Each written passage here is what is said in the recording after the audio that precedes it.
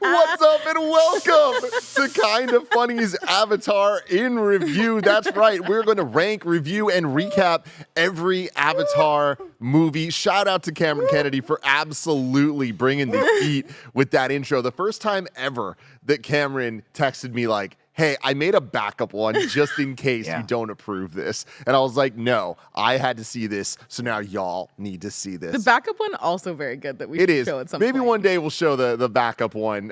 Was it just the Jurassic Park intro also making fun of Nick? Try that hard but the characters turned blue? Yes, it was, Andy. I love that. That's great. That's a great backup option.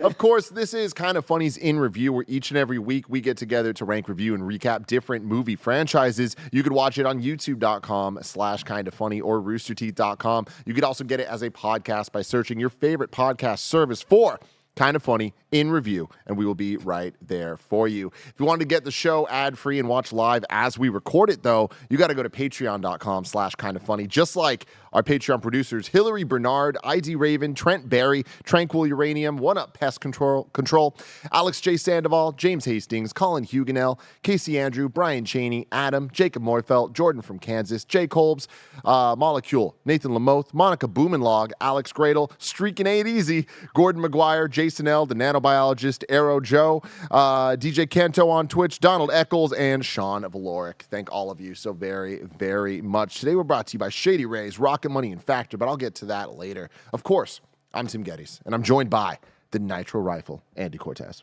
Hello, everybody. Happy to be here. Gia asked me, has anything changed on In Review? And I was like, well, Andy got it like a drum machine. Yeah. It's like, yeah, that's pretty much Not a whole lot of evolution, unfortunately. Joining us for this one as well, it's Christmas in December, Joey Noel. Hello. I'm happy to be here. I'm excited to talk about this. I am very excited to talk about it. And joining us, of course, it's the producer/seducer, Nick Scarpino. Top of the week to you, Tim. Top of the week to you as well, Nick. Now, I'm excited about this. Yeah. Because you were sick recently. Yeah. And you watched this movie a couple weeks ago as in your sick days. Yeah. Mid sickness, I was like, I'm going to be ride or die. I'm going to type up the notes for this just in case I can't make it. I will make sure Tim gets it. So this is going to be like reading something that somebody else wrote. It's like you took a bunch of mushrooms and were like, let me document this for myself for when I'm out of the high state. Exactly, Right. Like and then you look back and you're like, oof, none of that was funny. Yeah. I can't wait. I can't wait to get into that. And so here's the deal. For Avatar in Review, you'd be surprised, but I'm walking around the office asking each and every person, do you want to be a part of this? Do you want to be a part of this? I'm getting a whole bunch of no's from a bunch of cowards, all right? And Joey, though, Joey's like, you know what? I have never seen this movie, so I want to be on this. And I was like, cool. Well, if we're going to have 4 people, I want an odd number in case there's a tie for the votes. Yeah. So we brought in the ringer. Gia Tap Harris, everybody. Yeah. Thanks for having me. CH. It's your first It's one? my first in review. Well, other than that chaotic, like Where we Kinda Funny, re-ranked the re-ranked Marvel one? MCU movie. You also did El Camino in Review. That's right. Oh, that's Review, the true. Breaking Bad. It was a different format for that Mhm. one. Yeah. That one, though. But it's a pleasure to have you here Thank today, you. Lil G. Have you guys met? Me. You two met? Yeah. What's up? Like the eyes, the shirt to eye Got a little ratios blue going on. situation Yeah, going. it's good. Yeah, so you walked around the office asking, and then you walked around our house asking. Yeah. Sort of. Yeah. Yeah. Moose is like, exactly. nah, I'm good. No, I'm good, yo. Nothing. I'm good. Not my Toretto cup of tea. really into Avatar, though. But so here we are. We're about to do Avatar in Review. This one was released in 2009. Can you believe it? December 18th, 2009. Directed by James Cameron, who originally planned to have the film completed for release in 1999. At the time, the special effects he wanted increased the budget to $400 million. Yeah. So no studio would fund the film, and it was shelved for 8 years. James Cameron was convinced that CGI effects had progressed enough to make this film when he saw Gollum in Lord of the Rings. He was like, oh, that motherfucker? That looks good enough. We're going to do this. Give me some more. That's all I got. I didn't like that. Now, this is a Velociraptor. No, You also kind of sound like Men in Black guy. It's Smeagol, Same sound right? vibe, It's Smeagol. It's my precious, but then he does whenever he switches. That's Two-Face. We'll have to work on that one.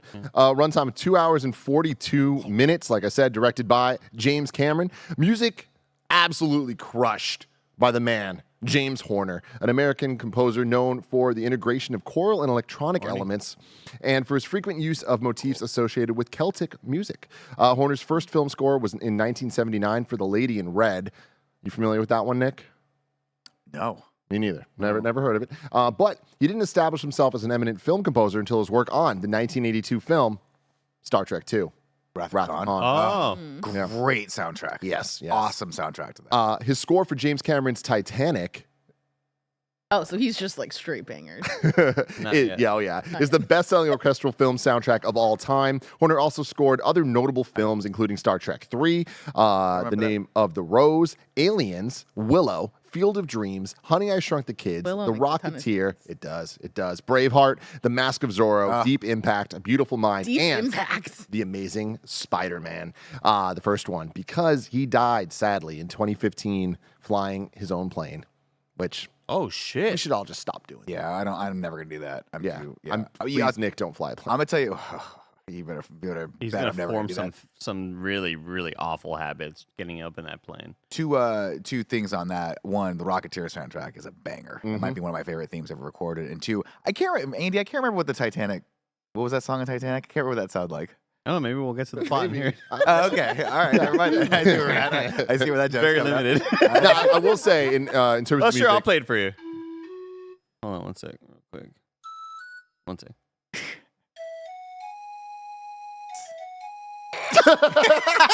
So close. It's so far off. damn it. Wait, if So I close far my eyes, is that Andy or is that Pedro, the flute guy from the Game Awards? Yeah. So here's the deal, everybody. We're talking about the music. James Horner absolutely killing it. But I want to bring up something. I think the biggest failure of this movie is the Leona Lewis song that plays in the credits. I See You. They tried doing My Heart Will Go On Again, and they just failed. They just missed the mark there. The song, definitively not a banger. No. I don't even remember. You don't even know what I'm Totally talking about. No, totally there's- forgettable. Yeah. There are so many elements of this movie that I haven't seen this movie in years. So going back and watching it, would you believe that I was like, no. Did they just edit Michelle Rodriguez into this movie? I didn't know she was in this. No idea. Zero recollection of her being in this film at all. I love it. This one had a budget. Well, it's one of the most expensive movies ever made with an estimated budget of $280 million. But that doesn't really matter because the box office, $2.923 billion, making it the highest grossing movie of all time. It was beat out by Endgame. Avengers Endgame, but then they re-released it, and now it's back to number one. Number 3, Titanic. So James Cameron absolutely crushing the game here. And you know what would have been really cool? To watch the re-release somehow, Tim, without having to go to theaters. Let me rent the 4K remaster with the remastered visuals. Don't make me fucking watch a 1080p movie in the year of our Lord 2022. 2022. Like, come on, dude. What a missed opportunity. Gee, have you heard me complain about this at all? This is news to me. Yeah, Tim won't shut up. Fucking bullshit, It's ridiculous, dude. The most technologically advanced film of all time, and watching it in 1080 fucking p. Like, what do you get? Yeah. I don't even want to read all the box office records set by Avatar. I'm just gonna show Andy this. Like, the list just goes on and on, just like my heart. Like, it's absolutely unreal the amount of just records that this Fastest thing's to shagged. 150 million in IMAX tickets. You got to assume this is what really sort of set the standard for 3D back in the day. That was the big reason, right? 'Cause Yeah. everything was a 3D ticket, and like twice as expensive as the other ticket. So And this is one of the movies that you saw multiple times in theaters because it was straight up just a theme park attraction. I went to see it in 2D. I saw it in 3D. I probably saw it in 3D a couple more times with like other friends and family members because of how just ahead of the curve it all was. Yeah, real quick, I just want to date everything here to show how long it's been since Avatar came out in 2009. That the theme song that I was talking about, I See You, had an accompanying music video that premiered on December 15th, 2009 on MySpace. Oh, Okay. Yeah, That was a so choice. I thought now's you were the going to say time for I'm much Avatar music. by the way. Yeah, see it. yeah. So let's talk a little bit about what we thought about Avatar. Andy, let's start with you. Give your little history there. You're talking about it. What'd you think? Yeah, I saw it a bunch back in the day. I've always been on the side that I think it gets like a lot of hate for no real good reason. I don't think it's the best movie ever made. I don't think anybody thinks it's the best movie ever made. But damn, it is a solid fucking movie with just awesome sort of technology being shown. I think it's like that and Iron Man and maybe Minority Report, some of the best implementations that sort of set the standard for what holograms might look like in a sci-fi movie. I loved all of the way the characters looked, except for Sigourney Weaver. She was the one that like threw me off the most. I don't know why her avatar didn't look like it belonged, and I think a lot of it helped based on the fact that you never saw the human counterparts of the other, the actual people, the actual Navi. Navi. I was gonna say Neytiri. That's a character. Yeah, dude, it's just a solid fucking movie. Like it, I had a great time rewatching it. I thought that it was gonna be a bit of a slog to get through because of how long it is. And I know I've seen it a bunch in the past, but I hadn't seen it, much like Nick mentioned, in about a decade, honestly. And yeah, I had a great time rewatching it. I think it's a solid story throughout. A really kind of asshole villain that you love to hate, with kind of neat motivations. Like I kind of forgot, like, hey, you help us solve this thing, we'll get you your real legs back. Like, god damn, those are some stakes. And immediately, I do think that some things could have been paced a little bit better. I do think that they should have done a bit more show instead of tell. We talk about the turn into him kind of feeling like he's a part of the Na'vi. I feel like that switch happens too quickly. I wish there was like more and more hints of him kind of like, it just felt like out of nowhere he was like, the dreams feel like the real life and the real life feels like a dream. Like we get that sequence. It's like, oh, well, you haven't really been showing that a whole lot in the other sequences. I wish there was like more and more hints toward this gradual sort of like transformation in his brain.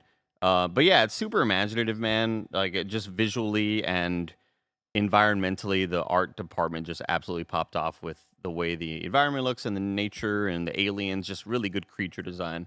I had a blast. I can't wait for part 2. I'm more excited to see part 2 because I'm excited to see good CG in theaters again. It's been a while. We've watched a lot of Marvel movies with bad CG because we know that these art houses are under incredible amounts of crunch. They are being pressured to work under like super quick, fast conditions, turn shit around. That's why a lot of Marvel movies have looked pretty bad lately because they just don't have a lot of time or budget to work on them. And I'm stoked to see like what James Cameron brings here. And based on everything we've been hearing, it's very, very exciting. Joey Noel, you've never seen Avatar. Never once. And now you've seen in this Avatar. movie. What do you No. think? I had a really good time. It's interesting because I have lived with this mantra that I don't really like sci-fi movies. And I think that's probably why I skipped Avatar the first time around. I was like, this just isn't a me movie. But doing in review for things like Planet of the Apes and Jurassic Park, which not really, but I tie them all together. Right. I'm like, please don't tie those two together. No, but like, I'm getting there. I'm getting there. It was really interesting to watch this because I feel like I have a better appreciation from watching those other series of, like I was as surprised to like Avatar as much as I did as I was with Planet of the Apes. And I could see that it improved upon things that we didn't like from things like Jurassic Park, where Jurassic Park 2 has like the very generic, like asshole general guy. And I feel like they do a better job of that type of character in this with the guy from Don't Breathe. Yeah, dude. Yeah, I was like, oh my gosh, that's him. The asshole owner guy? Yeah. Oh, so great. So good. And then Giovanna Ribisi's so good. That dude. Oh yeah, he's so good. For as much as I liked a lot of things, I feel like Sam Worthington is kind of like a mid character. Like toast as fuck. Yeah. Sam Worthington's interesting. Matt Damon and Jake Gyllenhaal were the studio's first choices to play him, but then they decided to go with Sam Worthington because they wanted it to be somebody that was more of just like a generic person that's like thrust into create a character. the world. But Sam Worthington was living in his car at the time of auditioning. Dang, for the really? movie. Yeah. Joe, That's did you know crazy. that Matt Damon was offered 15% of Avatar by In what James context? Cameron? Oh, to be in the movie? Like to be in the movie, and we'll Okay. give you 15%. Damn. of we missed out on this a ton of IP. money. He was in the Bourne And movies. he was doing the Bourne movies, so it was a schedule conflict. So he had to say no, and he talks about it in reviews, or in interviews. God damn, that's a big chunk of money. I would- Yeah, one of those big misses. I would ask someone to once a day walk up and slap me in the face just to feel a lot. Maybe it was good. 5 or 15. Either way, it's a lot of fucking money. 5% of $3 billion is a lot of fucking money. Yeah. Yeah. But yeah, I'm also kind of surprised at how much I like it, considering how much I don't really care about the main character. I wasn't like particularly moved by their relationship, but all of it's so beautiful. The color palette, like all of the like combat movement and all that stuff is so good that like I kind of don't care about that other stuff as much. Which is like a rare thing for me, but I had a great time. Have you been on the Disney rides? No, but Okay. it was so funny when you first see the like Avatar things and the little like pods or whatever that they're floating. I was like, oh, Disney World. I understand this now. I like got a bunch of things, and then once I watched it, I understood the intro better of why Nick is in that scene. It makes so much sense. Okay. Yeah. Okay. Makes sense. Sure. I love it. G, what did you think of Avatar? Yeah, I really liked it. I also hadn't seen it since I saw it in theaters however long ago it came out. So I had very little recollection of the plot or the characters, but remember the visuals. And yeah, it was beautiful to watch. Similarly to, like +1 to what Joey and Andy said, I think the motivations were good. Some of the characters were more one-dimensional than others, but generally really enjoyed watching it. I do have a hard rule that I stop watching movies after 90 minutes because I don't think any movie should be longer than 90 minutes. So I only saw, I don't know, 10% of Avatar. So I can only speak to that. But yeah, that was good. I also want to shout out our boy Mother's Milk, who is Laz. Sute. Yeah, Laz I had Alonso. no idea. Whoa. Laz Alonso is Sute. The cast of this movie has Yeah. a lot of very popular people now. Like the Yeah. top billing of it is like everyone people that you would know, which is really Imagine being Zoe Saldana, though, being in this and Endgame. And you're just like, yeah, top 2 movies, baby. and Star Trek. Well, Like, I mean, and yeah, all and of all of all the of series that she's been in, she's incredible. Yeah. Absolutely wild. Yeah. Nick Scarpino, what did you think? You know, I remember really liking this movie in the theaters, and I remember, I'm a person that really dislikes 3D, and so seeing this, I saw it begrudgingly in theaters, and it was just really a beautiful spectacle. I think it was a roller coaster for sure, and definitely something that I think James Cameron wanted you to have that experience in theaters. The more I watch it, the less I like it, and I think it's just because that first time you see it, and when you see it on the big screen, it's great, and then when you watch it again, it just doesn't have that wow factor anymore. And there's not enough meat on the bones as far as the character dynamics to really keep me coming back. And it's also punishingly long. It's one of those things where I started as I was writing this, and granted I was sick when I was writing it, but I started really feeling the length of it, especially when the movie starts to get a bit of a lull and they have to rely on that narration, which as a device I just absolutely hate. And it's no disrespect to Sam Worthington. I just don't think the dialogue's there. I don't think they give him much to work with. And he has a lot of those really weird generic lines where he's like, we spilled the same blood in the same mud. And you're like, what the fuck? What are you What's talking his about? accent also? I think he's Australian, but I could be like wrong. I hear look about that up.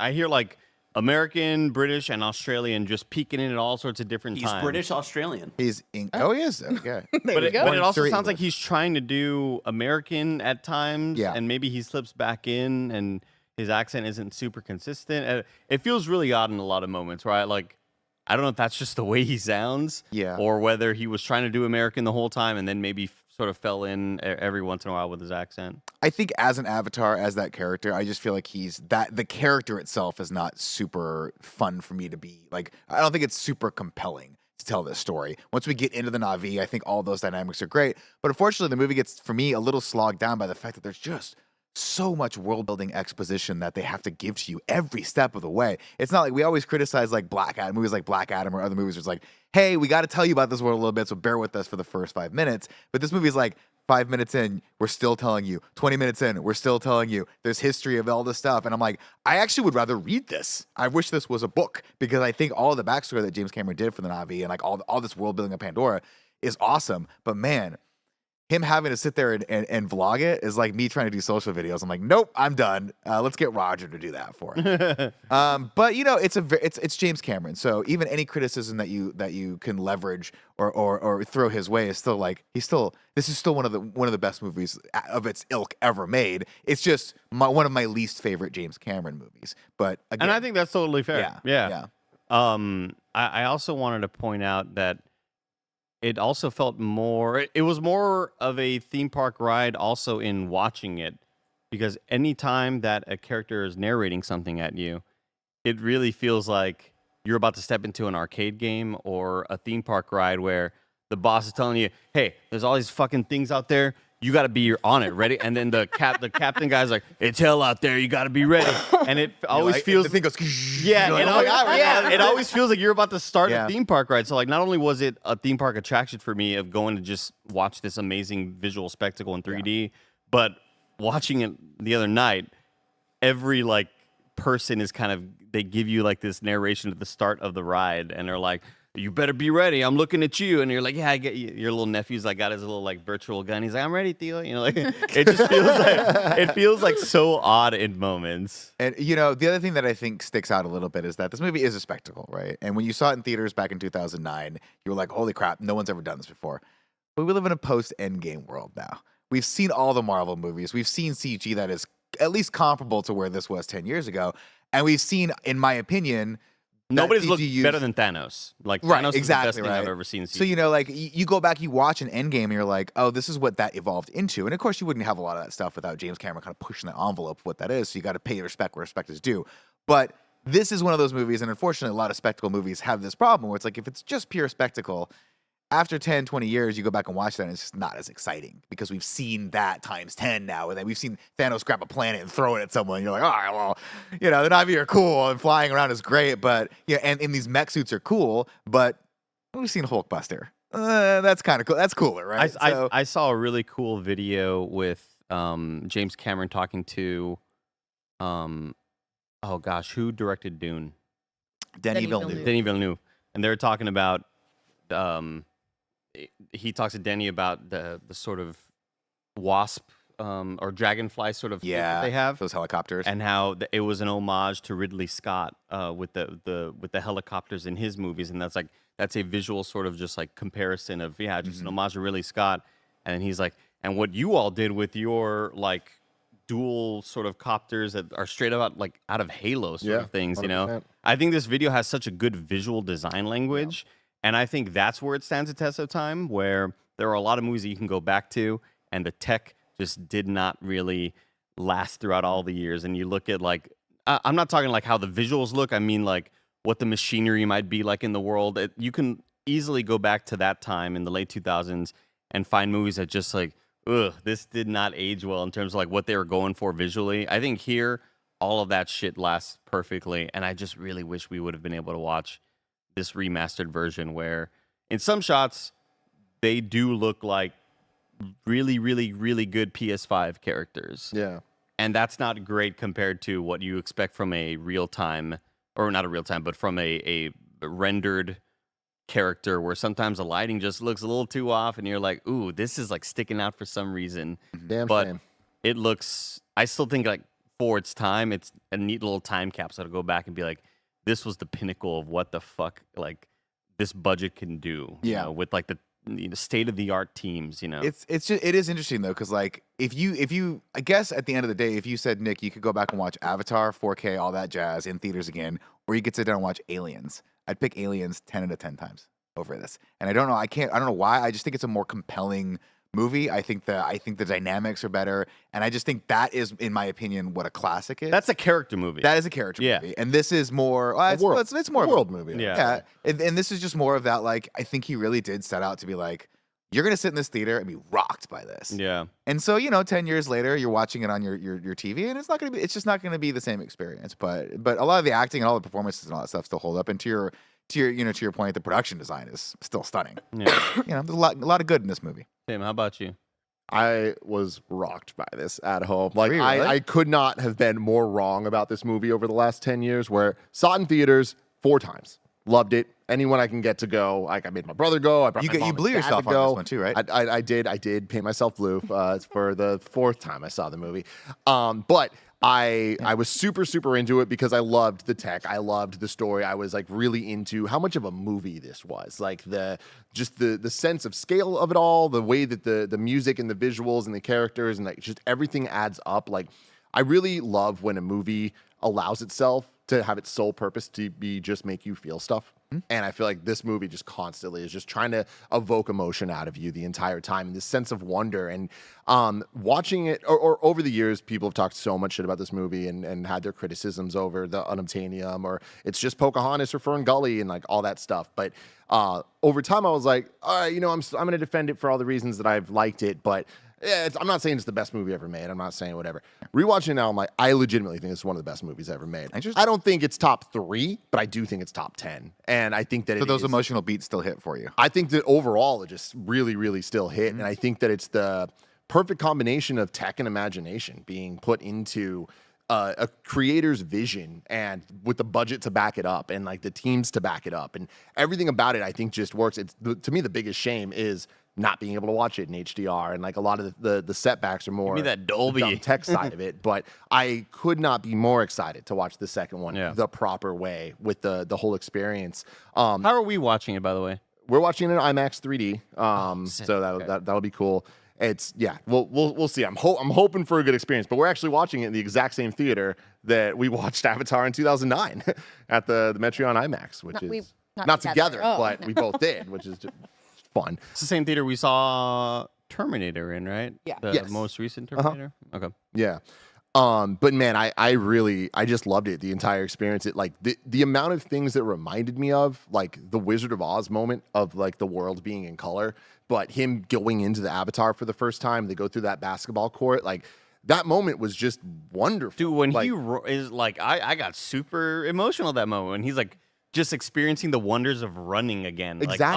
Like, that was so good. And that's my thing is like, it's a simple movie. It's a simple plot and simple characters. But I think that allows the world to be bigger and the world to mean more. Again, it's a movie-ass movie where it's like there is, again, unobtainium is the name of the bad thing that they're trying to get.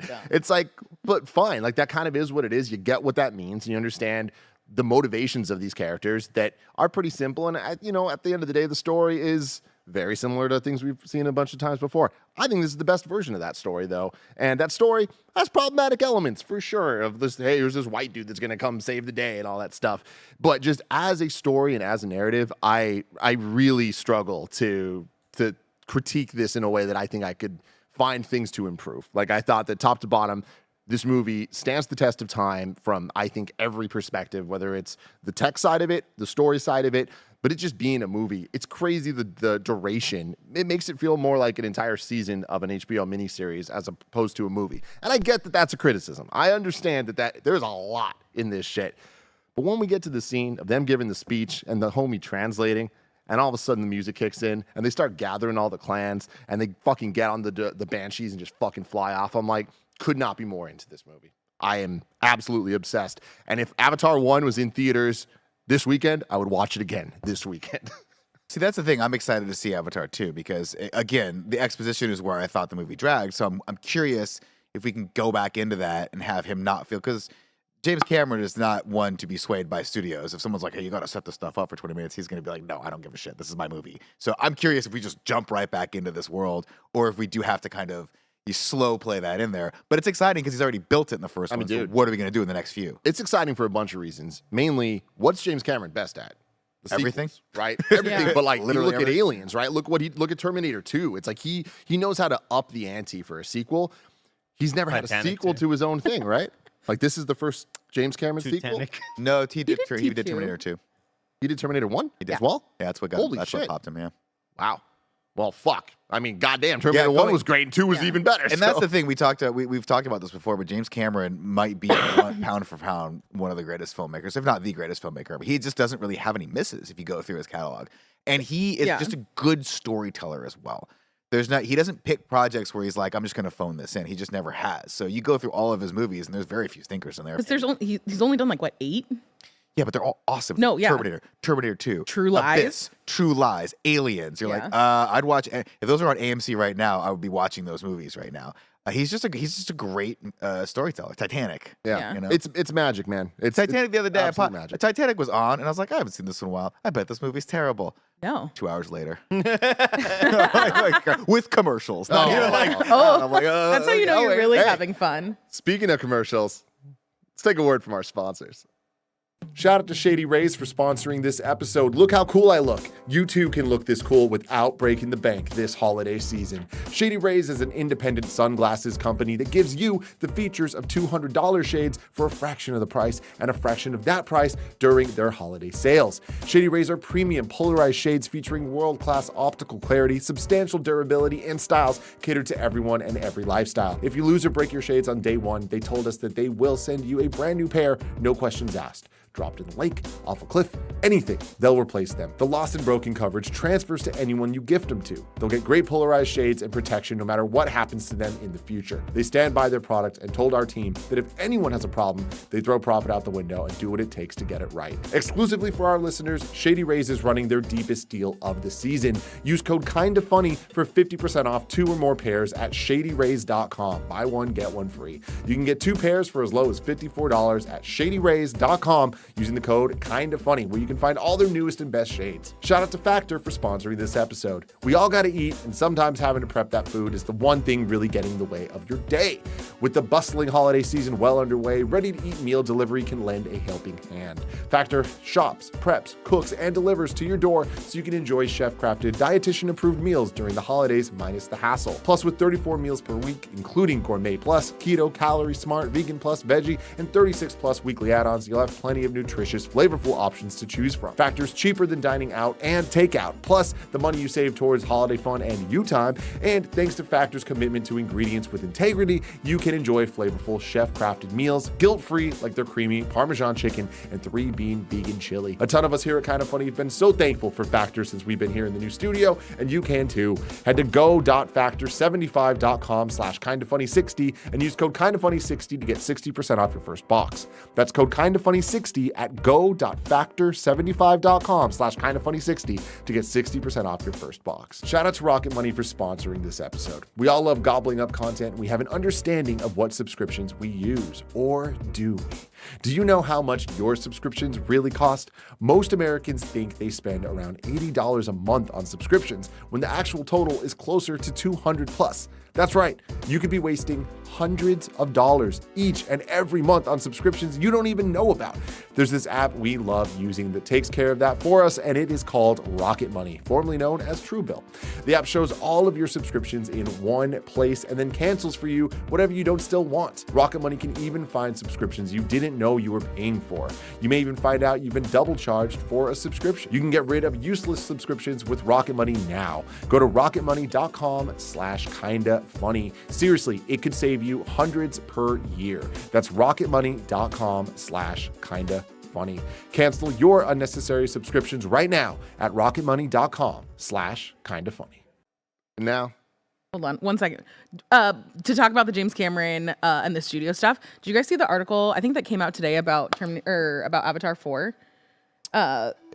2060? No, it's the only it got 0 notes from the studio on the script. Really? He asked for it and they got 0. So like the building of the series, I'm very interested in. I hope we actually. It is one of those things where like I'm obviously who I am, right? I have zero vision and nobody relies on me for anything. But I go into Avatar 2 and I'm like, I don't care really about this movie coming out next week. But I would actually bet money that when I leave that theater, I'm super hyped on it. I guarantee it. That's what happened with Avatar 1. That's what happens with all of his movies. I'm like, did I want a 3-hour movie about the Titanic sinking? No.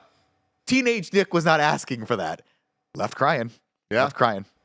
and speaking James of that, Cameron Andy, has the magic. hit us with the plot. Here's the plot. It's time for the plot. Nick's gonna say the plot. And if you want to keep going, I can kind of lead you in. Yeah. Go. Can you go? It'll be quiet, you know. Yeah. in the But background, just, go just ahead. trail it Yeah. off. I need like four bars of trailing it off. Okay, full volume. Yeah. Ladies and gentlemen, here's the plot synopsis for Avatar, the movie in which Tim blew himself. I did. Jake Sully, we're introduced to this character, tells us how he got a hole in his body and dreams of flying. He wakes up from cryo in 0G, and this is the first time in the theater that I was like, holy fuck, this was worth seeing in 3D. It's right off the crib. Do you remember the shot? Oh, that shot. I was just, where was like, literally everyone in the theater I was goes like, okay. like there's a gasp Yeah. when that happens. I was like, this is going to be something cool. And he has to tell us about his brother, Tommy, unfortunately, who was a scientist. He was really smart, but he died the week before because he was robbed. He died for the paper in his pocket, which is the first line that they wrote in this. I was like, I know. needed a rewrite on Yeah. that one. We're talking in some sort of weird parlance right now, and I don't like it. It takes 5 years to get to this lost world called Pandora, which looks a lot like Earth. Since Jake's genome is identical to his dead brother's, they offer him a fresh start on Pandora if he'll step into his brother's shoes. Jake and the rest of the team drop onto the base with cool gas masks. Another thing I totally forgot about was they can't breathe that in this environment. which is Pretty cool. interesting. Yeah, I will say that this whole beginning of the movie, my gut reaction was like, oof. I don't like this. I'm wrong in the other way. Yeah. And like a lot of this dialogue here, I was just like, this is rough. This is not that great. But then I just feel like you learn the language of what they're doing. Again, it's simple. They're just like, here's the simple rules, and now we're gonna have fun with it. But I do think that the early video log stuff is a little rough. And what's his face from Inception too? The dude who does helps him go to sleep in Inception. He's the scientist in here. Oh. Which one? Oh, the guy who's like got yes. the like underground basement and he puts all the like the old people to sleep. Yeah, but he's only in a few scenes in this, right? Because I'm thinking JD from Grandma's Boy. He's in this as He's well. in this. No, not God Dating for bless him. Grandma's Boy. And literally every time he's on screen, I'm like, I'm sorry, dude, I can't see you as anything other than JD Dilip from Rao Grandma's is Boy. his name. Got it. We're gonna introduce a lot of things here. We see some APUs from the Matrix Revolutions almost run over. Jake, Colonel Miles Quaritch, the worst named character in the history. Did you know his last name was Quaritch? Not a Nope. chance. You just call him the Colonel, right? No, Colonel from I did Matt. because he kept on saying like Cordich when he called him out Yeah. to like fight him at the end. I was like, that's a terrible name for a character. Bad name for a character, Yeah. played by Stephen Lang. This is the movie that kind of made him pop. If I remember, this is the first time I remember seeing him being like, dude, this guy is an awesome bad guy. Stephen Lang is a fantastic. He just looks like a bad guy. He's just Yeah. jacked. Anyone that's that Those like kind of scars on the older with side, gray that's full so hair. cool. Yeah. How bad is the name? How bad is the name? Hey everyone, welcome to a podcast called How Bad is the Name? How bad is the name? Yeah. I'll be your host, Nick Scarpino, alongside Andy. Andy, how bad is the Quaritch name? Cordich goes rank number 2 underneath Tom Lone from Catwoman. Yeah. I agree. Good. It's unanimous decision. Tom Lone. That's the whole I'm list. alone. I'm Jake Sully. A lot of generic stuff here. Anyway, Quaritch gives everyone a speech that some of them are going to die because the Na'vi are tough as nails and they use these cool neurotoxins that I thought was going to be a lot more prominent in this movie. It turns out not so much. Then JP, sorry, from Grandma's Boy, not JD. JP from Grandma's Boy takes him over to the Avatar lab where he sees his new blue body, and they're really tall. These Avatar are 10, 15 feet tall. How's it make you feel, Nick? Would you want to get in there? You know, for a second, I was like, if this technology, I mean, it'd just be nice to be in Greg Miller's body for a second. You know what I mean? I just punish that fucking thing and then leave it. God damn. Okay. Leave it somewhere like, I'd be like, Greg, you can pick your body up at the 7-Eleven on the corner. Leave that empty husk Punish that in a thing. dumpster. Joey had to, for audio listeners, Joey had to take her glasses off. you saying punish that thing. That's Yeah, there's so many different directions Take that out could go in, and I don't thing like for that. sure. I actually wrote a note in here for Greg because I thought he was on this. I said, Greg, how big do you think the schwanz is on that thing? Bray, let's cut that part out. Nick, we're live. No. Anyway, Jake learns how to vlog, which would be a good way to get across all the exposition that the audience needs to know. Then Ellen Ripley comes out of Avatar sleep, and Sigourney Weaver is just the goat. I love seeing Sigourney Weaver. in Shout out to the Weave, man. Where's my cigarette? That's awesome. CG cigarette? Oh, I think I Yeah. remember hearing about this. I don't know exactly why, but the movie's 40% live action, 60% photorealistic CGI. A lot of motion capture technology was used for the CGI scenes. A lot of tech was made for the first time for this movie that's now used in every movie that we watch. Some scenes took an average of 47 hours to render. And yeah, for some reason, the cigarette was CG. Yeah, I will say that a lot of these interior sequences remind me a lot of the prequels, which is not great because these were made like a decade later. And a lot of these interior sequences where they're inside of a lab just looks really, really off compared to the rest of the CG and the rest of the movie.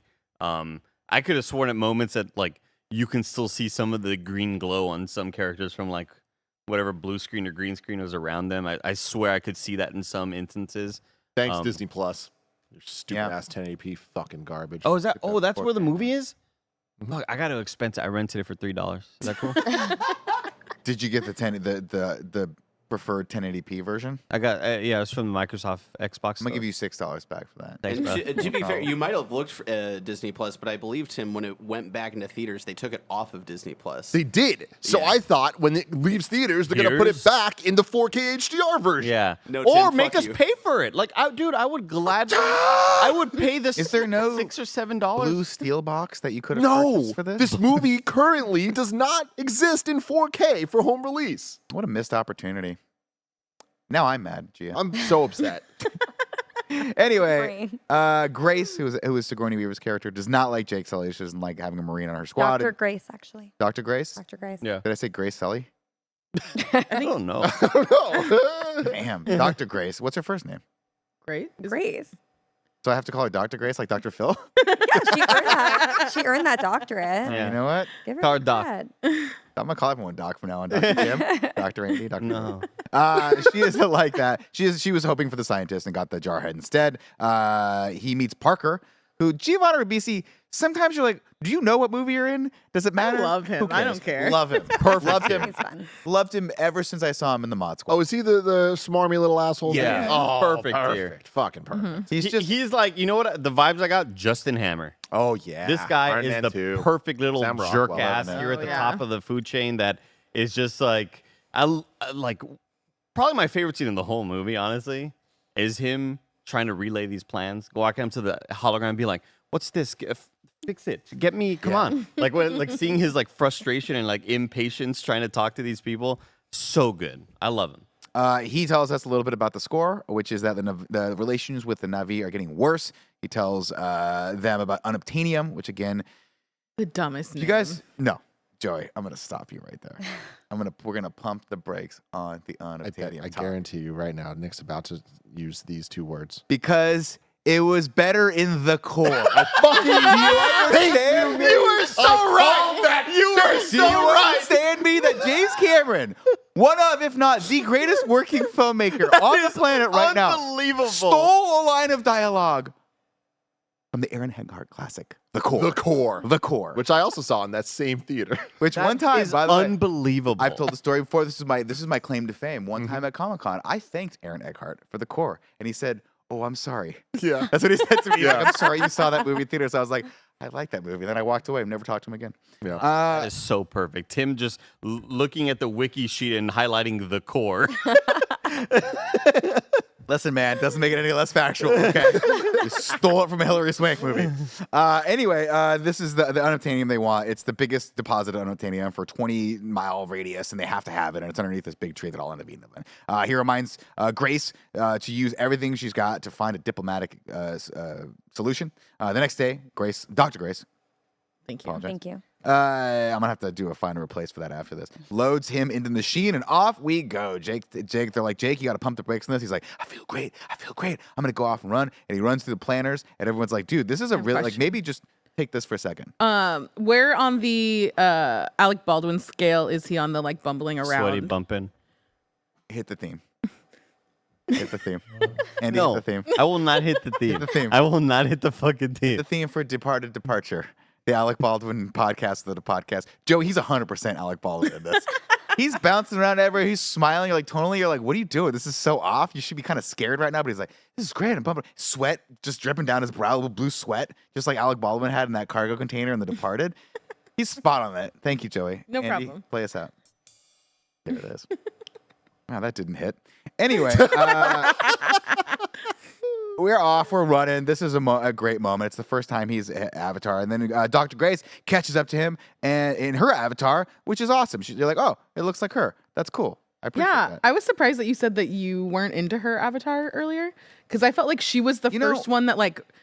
Actually, I was like, oh, that's her. I don't know if I just don't know Sam Worthington's face enough to like recognize him as an avatar. And that may be what it is. It may be that Sam Worthington has such a generic face that And technically, it's his brother's generic face. it just feels normal. It just feels natural. But yeah, for her, that's the one that kind of looked the most off to me.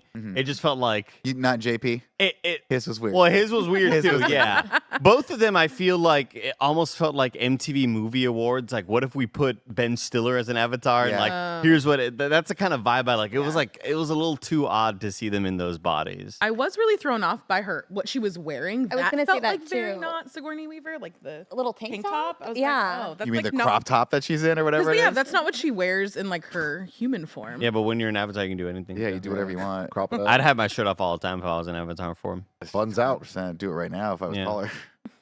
Anyway, they eat some of that purple fruit from Thanos' garden and then hang out in the barracks where Jake looks at his cool, we'll just say ponytail. We're not going to finish that sentence. Holy crap, Michelle Rodriguez is in this. Hell LOL. yeah, Letty. I would have lost a lot of money if Andy had bet me that she was in this movie. Anyway, I love that you're just self-censoring your past self for this. Yeah. The colonel tells him that the Avatar program is a joke. He wants to recruit Jake as a spy for him. Learn everything you can about the Na'vi, just in case they need to squash them out. And we're setting up that third act. Quote, you get me what I need, I'll see to it you get your legs back and when you rotate back home. They embark on an expedition into the forest to talk to the Na'vi and tap into the tree roots, which is Pandora's fiber lines. This is a cool thing that they talk about a little bit, but it's one of the coolest aspects of the sci-fi in this, and they kind of gloss over it a little bit. But the fact that like all the trees are a network that they can tap into, like stores memories of past ancestors. And all that fucking shit. awesome. I'm like, that's rad. I mean, then, like blowing up the world tree later, it's like that was breaking their network. Yeah, and all. makes it's it's so damn cool. And also, like this is where we first start to see like the beauty of Pandora. Like the neon jungle aesthetic was like created in this movie, and they just knocked it out of the park. Like the blue and pink and just the colors are so The jewel damn beautiful. tone as like the color Love it. palette for it is I could picture Kevin accidentally knocking down the network and being like, sorry, y'all. I accidentally cut a tree down. My bad. I'm No, sorry. it'd be- sorry. no, it'd be Kevin like sits on a little tree and it's off. And he's just like, yeah. that's it, that's the You whole just thing. hear fuck in the background. And he'd have to like run around and try to get the tree back up. it would be an avatar, so he'd be like scurrying. Oh my god, Kevin is an avatar. I love it. God bless him. Let's see. Jake gets attacked by this big hammerhead thing, but backs it down, and until he soon realizes that he's not actually backing down. There's a massive Pandora puma behind him. It chases him over the waterfall alone. Jake fashions a spear and unwittingly leads himself into the Na'vi territory. It's the first time he's sort of been out by himself as one of the in his avatar, and it's scary. I love how scary this is. Like, I Yeah. feel like it's such a great introduction to the world because it's like, yo, it's beautiful, but it's also really full of creatures that could at any point rip you apart and kill you, and you don't know what they are, and like that you're intruding on their space, and like I just thought it was really well done. It's a very Cameron-esque scene here. And these little jackal type animals, you can only imagine how big they are. They got to be like golden retriever size Yeah. because they're like not the tiniest things that are attacking him. And these Na'vi are like 12 feet tall. You got to they're big. imagine like it's probably like a sizable fucking creature, like Oh, that thing's compared to a dangerous, though. human. Something Absolutely. that I appreciate about it is like how the varied style of like enemies that are in the world. It looks really cool because I think back to like Jurassic Park, it's like you've somehow made dinosaurs less cool by being not imaginative about it, but the design style for all these are really, really fucking Yeah. cool. It's one of those, Joe, that you like.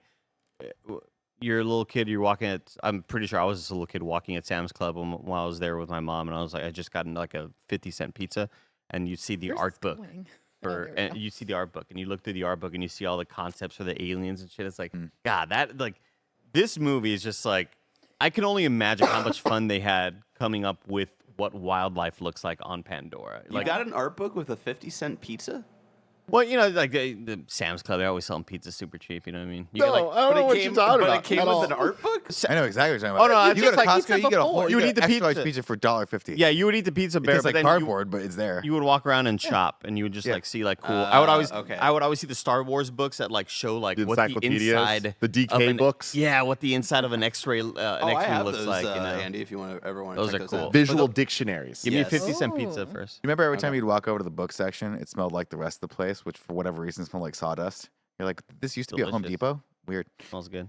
Anyway, we get introduced to Neytiri here. She spots him, and she's about to kill him with an arrow because he's an abomination until a little flying jellyfish stops her. And then later that night... Can you again? This was scene number 2 of the movie in 2009. We were just the whole theater's like, whoa, because we see the fucking jellyfish come and it was 3D, and it's like I can fucking touch Yeah. that thing. And you're like, oh, it's going to sting me. Didn't look as good in 1080p. Me and my dad stoned out of our minds, Just Both of us. slaughtered. smoking out in the You're like, "That was smoking so-" out in the Chevy Trailblazer, blazing it up. Man, I hope that was the case. I hope that was the case, and I hope you guys watched the wrong movie when you were there, like Jingle All the Way. No, instead of Anyway, Jake fashions a torch and gets himself attacked by some Pandora hyenas, and then Neytiri saves his bacon. I love how half of her dialogue is just Yeah. She's mad at him, of course, because he's like, "Oh, I had to do all this stuff to like survive," and she's like, "You're doing all the wrong shit, bro. You got him here. All the light, all that stuff that you did is you're living opposite of what nature wants you to live, and so that's going to sort of start them on their journey."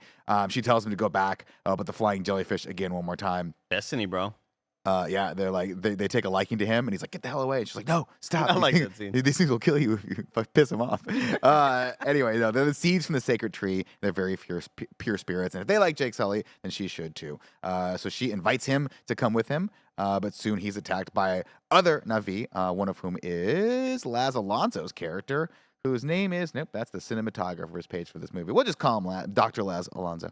Thank you. don't think I he fucking was love a this guy. doctor. And knowing it's him makes it even better. It's Yeah. awesome. You know what's so funny is Why like, do- do you why remember the should I first know time we him? saw Laz The Alonso? boys. Oh, No, his mother's no. maid. Okay. Wasn't he in Fast and Furious Yeah. 4, the tunnel Yes. sequence? Yeah. I And remember being like, also this The guy's an Dark Knight. awesome bad guy. Mm-hmm. Yeah.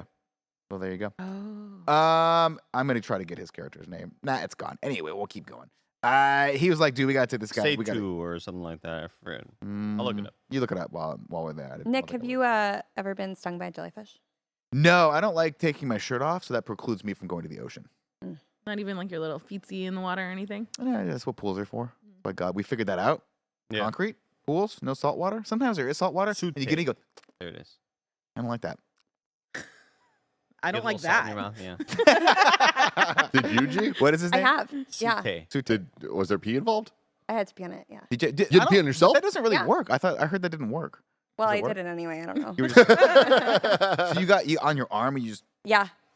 If it was on your lower back, would you just like do a handstand and try to like lean it back, like try to let it run backwards? I think at that point I'd be like, Andy, we're about to get real intimate with each other. Let's see. Also, a little convenient with all these jellyfish. Like I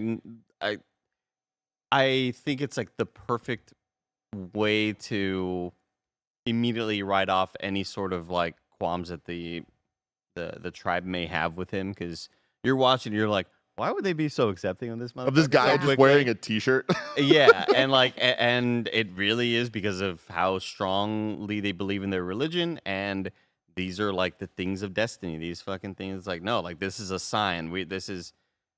He's not here to harm or whatever. So like, I think it's kind of a perfectly written way to get yourself out of like any sort of like logic plot holes, you know.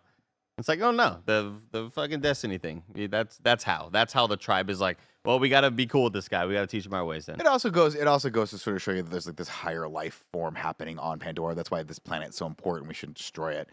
Which I think it was a good narrative device. Of course, Natiri steps in and she's like, no, the pure spirits love him. We got to take him to the leader. And there's two leaders here. One is Wes Studi, who, shout out to Wes Studi if you're not familiar with him. I've loved him ever since he was in saw him last of the Mohicans. He's a badass actor. And then, of course, the mother character, I'm going to mispronounce that, so I'm not even going to try. She's played by CCH Pounder, who, if you're not familiar with that actress, she's awesome too. She's been in a ton of stuff. You can look both them up. Anyway, they interrupt them. He tells everyone, he's like, look, I used to be a Marine. Moat, isn't it? Moat is her. Yeah. No, but the leader, there's two names they have for the leaders. Oh, He is the, I forget what his name is, but her name is like the Sahik or something like the that. captain. Where she's sort like, of yeah, like the roles. spiritual Yeah, I see leader, what stuff you're like that. Oh, Anyway, yeah, her name is Moat. Yeah, and his name is something else. But anyway, saying. Okay. thank you. Yes, that is his name. She interrupts and says, "This is the will of Iwa, who is their spirit." Ewa, thank you. He tells everyone, "Listen, I used to be a Marine, but this is my cup is empty, and I want to learn." And everyone's like, "Cool, we'll just trust you. You used to be a Marine. That's cool. What's a Marine?" Is what I would ask. No, what do we do? he's a warrior from the Jarhead tribe, and I love that he's like trying to like contextualize his military experience into this like Right. indigenous. And he's a warrior. I'll fuck this guy up. Yeah. I love Sute popping in there.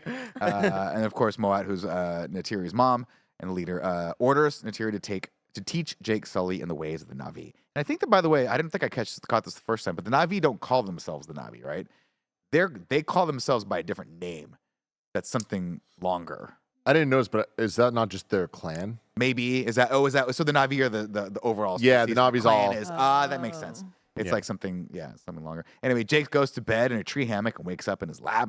I Park. like that it like curled up around him. I was Yeah. like, I want to have a hammock like that. Yeah. Good for your But little guy. this was a great movie. This was the first time in the movie where I realized just how engrossed in it I was, where it's like, oh shit, we're not just in this world. Like there is like the outside world. He wakes up back again. You're like, oh, Like, fuck. oh fuck, there's something another else. thing But like happening. then there's like layers to that where you're like, oh, but it is still in the exact same place. Like they're in the same area. So it's like I really love the way that it plays with the viewer's sense of space of like where we're supposed to be in the film. Yep. Let's see. Parker tells Jake that the big tree is resting on top of the biggest and obtaining deposit within 200 clicks in any direction. Yada yada. They give Jake 3 months to find a carrot, or else they'll be forced to use the stick.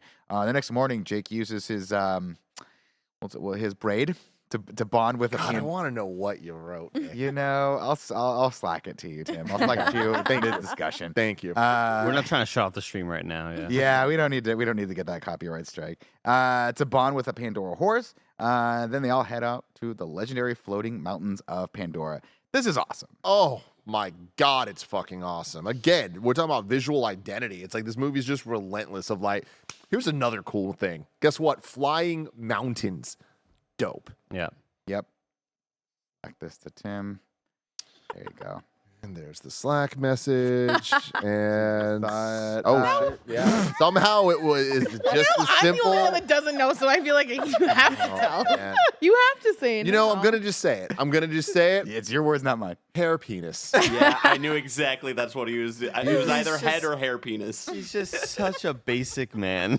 A simple man that I hate. The hair penis is like the moment that we lost Cool Greg when we were. Cool Greg was like, no, I'm out. Oh, I want on the record, Cool Greg fucking this movie. Like, you know when in 2009 when everyone like all of a sudden got really religious about Avatar? Like and it turned that's Cool Greg. Cool Greg's a changed man. This is like his new favorite thing in the entire No world. word for real? Swear to God. Oh, I love that. Yeah, Cool Greg is transformed. We got to get him to Pandora. Wow. That's But, awesome. but now you ruined it with hair penis. You He know. doesn't like hair penis. I didn't ruin it. I with get hair it. penis. I slacked it to Tim, gave him that power. Knowledge is power.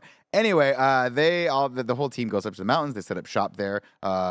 Jake tells us that Dr. Grace knows he's working with the Colonel, which is interesting. It's interesting when she's like, I know you're working for the Colonel. It's like, oh, we probably could have kept that a little silent, but I guess there's no secrets on this little tiny base. Kind of makes sense. Not insulting the audience. She doesn't care, though. She says Jake has what she needs.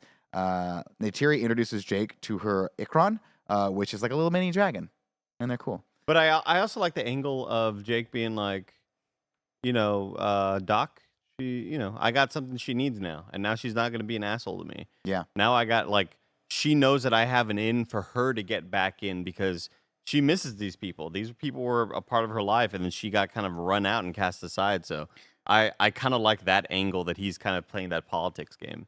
It is one of those things where like they kind of gloss over the fact. Let me set the stage for you guys. We're all hanging out, right? And we meet this little tiny person that's like maybe like smaller than us. Whatever. Yeah. And they're like, "Hey, I'm not from this planet." And you're like, "Oh, cool. That's interesting." And they're like, "I want to basically produce stuff in your studio." We're like, "No, this is a private studio. You can't do that." And then a day later, they come back in Tim's skin. Do you go like, huh?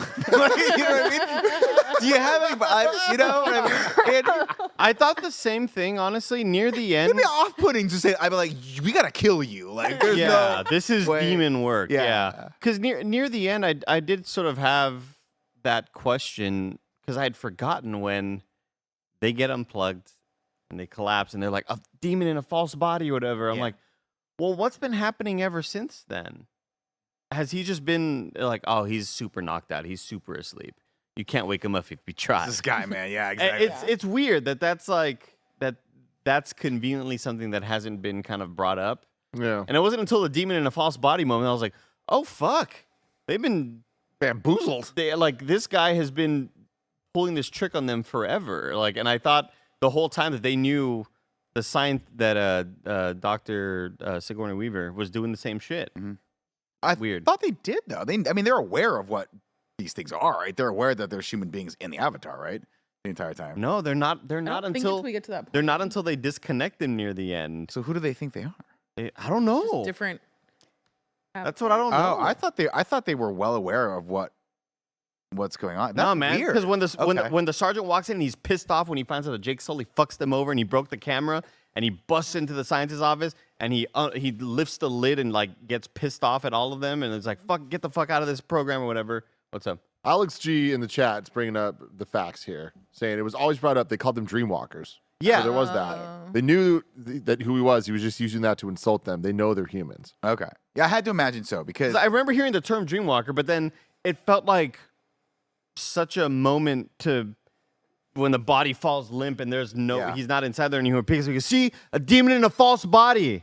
Like, see, I fucking told you all. Like, they've been tricking us this whole time. I was like, well, why bring that line up? I don't know, it's just a weird. I think he was just trying to exert like influence and power over the tribe at that point or the clan at that point. Because I think there's no way they don't know. It's a weird point to bring up, though. Yeah. I think. Yeah. Anyway, we get a montage of them doing all sorts of stuff. Dr. Grace gets to open us up a school again, thanks to Jake talking to the Moat. Jake is finally ready to pick his Ikron, which they call Banshees, which I think is cool. Again, another fun reference to maybe stealing from Halo or the core.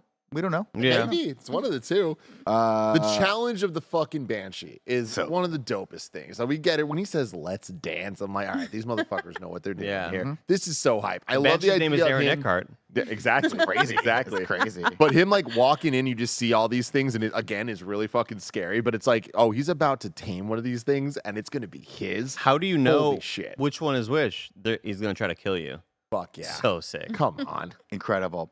Of course, things don't go great so far. Right off the bat, he gets thrown a couple times, but he gets back up and eventually wrestles it down to the ground and makes the bond with it. And then he's like, now what do I do? And Tyrion says, think fly. And fly he does. They fly a bunch, and we see the Tree of Souls, which Dr. Grace really wants to get a sample of. Then they get attacked by a great Leonopatrix, but the Na'vi call it the Last Shadow. The last thing you see. Come on. That is a badass name. I was like, all right, I'm back in on this movie. Perfect color scheme change, too. So Like the exact thing you do in a video game. You're like, no, this one's a big baddie. It can't be blue or purple or teal. It has to be This red, motherfucker's red. going to be red and yellow. Like, oh, it's so sick. We get a little more history here. Tyri's Quick grandfather. Quick question. When they're flying over the Tree of Life, Tree of Ghosts, Souls? Tree of Souls, Mhm. when they're flying over the Tree of Souls, is he in the room with them? I meant to rewind to that part. Is Jake Sully in the room with them and they're like reviewing tape, or are they looking through his memories, through his Vlogs. Yeah, like I think because he's just they telling get them the about it. footage of the Tree of Souls and they're like, look, that's Tree of Souls, that's a blah blah blah. And I don't remember if Jake Sully's in the room with them or if they're using like his brain kind of No, I think they just are kind of like, we got footage of this. Okay. I don't think there's any like real explanation for it. It's a little tiny oversight. Yeah. Or if you look real closely, you can see a little GoPro cam on Oh, of got you. the Dreamwalkers. Whatever they're called. And again, one of my problems with this is throughout all of this, Jake Sully is more than willing and more than happy to help out everybody back home, right? He's stoked that he can kind of help the squad back the army or whatever, and he's giving them all this info, and he's like, oh, it's a network, it's a spiral, blah, blah.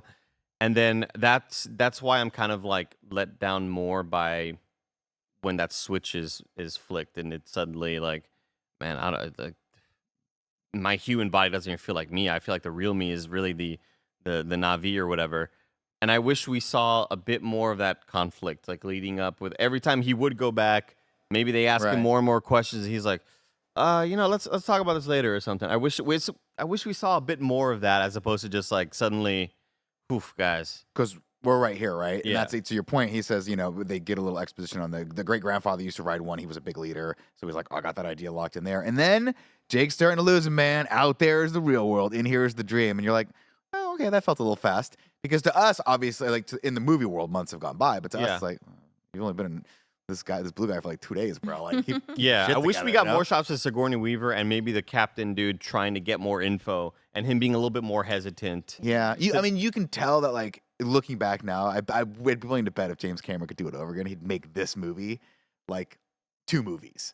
Tell the story. There's a lot of movie Yeah. in this movie. Yeah, there's a lot of movie. Yeah. in There's this. like a pretty definitive point in the middle where you could easily split it into Yeah, two. for sure. Definitely. I, Right when the I tree don't know, goes down. I loved it, and Make I it feel blow like it up. those like little subtle things that they did that like really showed the progression. Like I liked the use of the subtitles, where like as he started getting more Na'vi as opposed to humans, then we would see the Na'vi language like translated. But before we didn't. Like those little things, I thought they did a good job. Yeah. Again, using the language of the movie to build it up, and they created over 1,000 words for this language, and I love the papyrus font that they use. Like fuck yeah, The guy. 1995 bro. papyrus font. I know. So glad they Looks like something I designed when I discovered Photoshop. so glad they made a new fucking logo for the new. Oh, one. did they really? They got like a completely new font treatment, and it's no longer papyrus. It's similar and kind of it gives you that same sort of vibe, but it's not as ugly as papyrus. Thank God.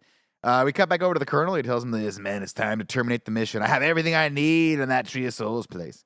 He tells him he's gonna get his legs back, but Jake wants to see this thing through. He has to do one ceremony left, the final stage becoming a man in the Na'vi culture. It will make him one of them. They'll trust him, and he can negotiate the terms of their relocation. Which you're sitting in this movie theater and you're like, no, there's no way that's gonna This work. ain't gonna end well. First off, it's one of those things where it's like, you know, you live in a 1-bedroom apartment and someone comes up like, I need to relocate you. Here's a little cash. You're like, you know what? I'll consider this offer. If your fucking tree house is 8,000 stories tall and clearly the biggest tree on the entire planet, they're not going to relocate, bro. It's not going to happen that way. Yeah. The stake on that one to me was like a little bit lacking because I'm like, and as an audience member, I'm like, there's just no way. Yeah, just put They're like not 1 ounce of critical thought into it, and you not gonna realize how this is gonna right? play out. Before Also- we get to the final act, is it a wig?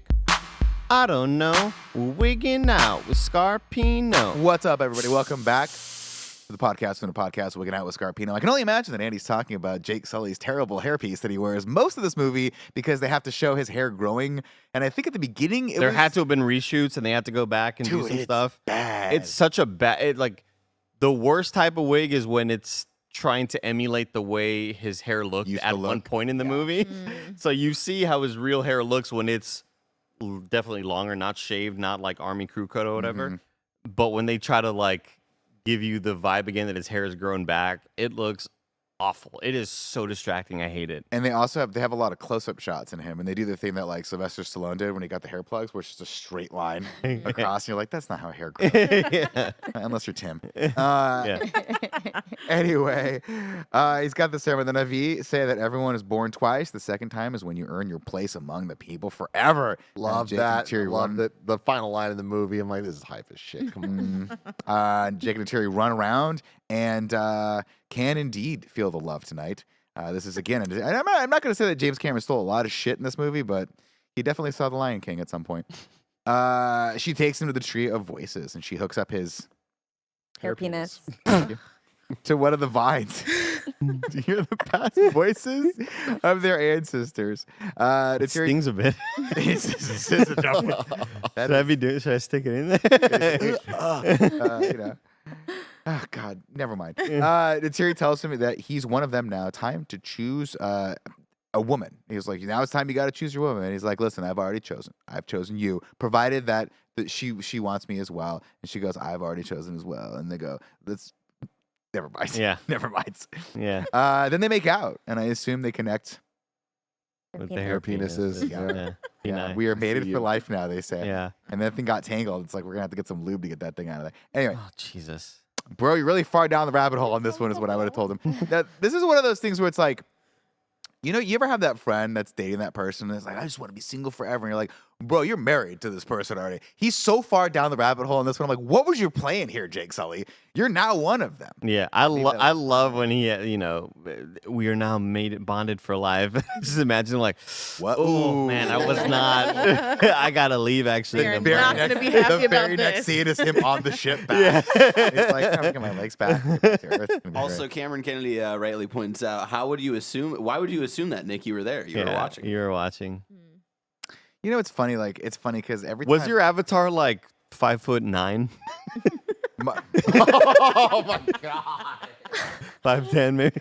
You see the disrespect? I don't- And you know, what, as far as I know, I don't do anything to warrant any of this disrespect that's that gets thrown. bullshit. I'm a force of positivity and happiness in this organization. I never dance for him when we're on Twitch streams. Never. Anyway, I don't know what that means. Wait, explain. sometimes I dance and I go, "This is for Tim," and sometimes it gets back to him. And I'm sometimes not it doesn't. watching. I'm not. Like, it's just. I've never watched. I'm not gonna entertain it. Yeah, it's a smart move. That's what Twitter's for. They wake up the next morning to some big tractors tearing down the forest all around him, and Tyrion can't wake Jake up because he's a walking dead. But Dr. Grace is making him eat his breakfast. She's like, you're getting real skinny and you're stinky. And he's like, I want to eat my breakfast, Mom. And she's like, eat your fucking breakfast. Jake wakes up and tries to stop the tractors, but Parker orders the operators to move forward. Jake goes into beast mode, and he can't stop him. And Tyrion cries as they destroy the tree of memories or whatever, the ancestral tree. And then the Colonel figures out that it was Jake that went after the camera, and he's like, that was the final straw. It's like, really? You didn't you're gonna kill him. Now you're mad. Like it's a very big leap where he's like, damn it, I knew you were working for them. It's like, yeah, I fucking told you I was working for them. Like, I was working for them. That was the whole plan, the whole point of it, right? Also, I'm married now. I don't know if I have kids. Can't get my hair penis intertwined. Yeah, like for whatever reason, it was breaking those couple of cameras that was it. yeah. This guy's I would have been like, now. motherfucker, you're about to run over me, dude. Yeah, dude. You got to tell me when you're in these areas. So that could have easily been the defense. Like, you know what, Jake, you're wrong. You're right. You're wrong. You're right. You're right, wrong. Jake tries to calm everyone down and try and tell everyone the truth about him, but the Colonel pulls them out of Avatar sleep, and the Na'vi and his Na'vi body falls down hard. I think this is where we get the line of like, see, this is what do they call it? This Demon in a the false demon body. In a false body, yeah. Dr. Grace tells them all about the interconnectivity of the planet. It's really, really cool. And they can't destroy anything because it's a global network. All of Pandora and the Na'vi can upload and download memories from it. Quote, the wealth of this world isn't in the ground. It's all around us. The Colonel shows Dr. Grace a message from Jake's vlog where he's like, they're never going to leave their home tree. We have nothing that they want. And he's like, see, we got to kill all of them. Parker preps for an all-out assault, but Jake, in a last-ditch effort... Why'd you record yourself saying that, bro? Yeah, it's kind of weird. Incriminating yourself like that. A little weird. Maybe just delete that one. Yeah. He's like, listen, we have one more shot to go back to the Na'vi and talk it out and see if I can get him to move. I'll let him know that we're coming and we're coming hard. Jake finally comes clean. He says, they sent me here to learn. Joey, get your head out of the gutter, okay? It's a common parlance where I'm from. Okay. We're coming and we're coming hard. Yeah. Let them come. Joey. Exactly. Paint me, Andy. He says, listen, everyone, they sent me here to learn your ways so that I could one day deliver this message and you would believe just it. paint Nick as one of your French girls. Oh, of course, yeah. Oh, okay. I'm adding it to the list. I painted Nick or To the Gregory. list. I painted Greg naked from memory, and I haven't even seen it. Maybe supposed to get that from you too. Maybe I did Man. in pastime. That was a moment in my life that I'm just like, we've passed a milestone here. And we can never go back. Never going back. That's a familiarity with Greg I did not know we had, but we do. Let's see, he wants to deliver a message and they want to believe it. But Naturi rightfully is a little pissed off because she trusted him and he is a giant piece of shit. To which I would respond, he kind of told you everything that he's been doing this entire time. He told you he was a Marine. He's in a weird zombie body dream thing. I'm like, I don't know that all the blame's on him on this one. Like, you basically should have distrusted him. But I think it's more the like. But this jellyfish thing told you to distrust him, so you're like, I guess I'll But it's believe like, him. but that I think is like, oh, I can trust him, and he's saying, oh, my boys are cool. My boys are cool. But Yeah. his boys aren't cool. So They're it's not. like that's the thing is like, even though she knows that he's working with them, he's telling them They have nothing to worry my about. squad's okay. That's true. but That's they're right. actually He bad. is sort of trustworthy here, and then it has betrayed that trust. He's It's a true. people pleaser, and as a people pleaser, I can say that you can't please everyone. It's true. Right. It's true. You got to pick a side. Because he gets into that moment, where she's yelling, just like, you knew they were going to do this, dude? Like, what the fuck? That's the main sort of offense here. But it's, and I get that. And again, but not to play devil's advocate, this is a contentious relationship anyway.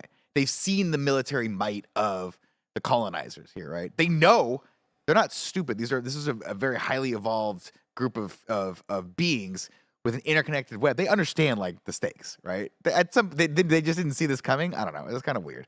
But I just kind of feel like they trust him to figure it out. They trust him to be like, hey, that's their tree. Leave their tree alone. And they're like, yeah, that's what they're going to do. And they don't fair do enough. that. Fair enough. And I think even though they outcast Grace in this, like, they've still seen that there's good people there. Right? I get it. They're Yeah, not- I guess you that's know. true because Grace and really the touchstone for the humans is Dr. Grace Yeah, Dr. and Jake Sully. So yeah, that makes sense. That makes a lot of sense. Also, just shout out to Zoe Saldana here in this Great app. scene. Just Yeah. fucking Her hot. Her performance Killing is it. so good. That was one of the things that I do remember being like, because I was a fan of hers from, I think she had done Star Trek already. I'd Yeah, seen her earlier that year. Yeah. Yeah. And I was like, fuck, she's awesome. And then seeing her in this, I was like, this is a rare performance for her. That's For- where you for- highlight like that facial capture. Yes. Yeah. When she's just 'Cause like, it's no, so like, good. oh, it's so fucking great, man. And if it wasn't for that, I don't think the scene would have worked. At all. I so disagree.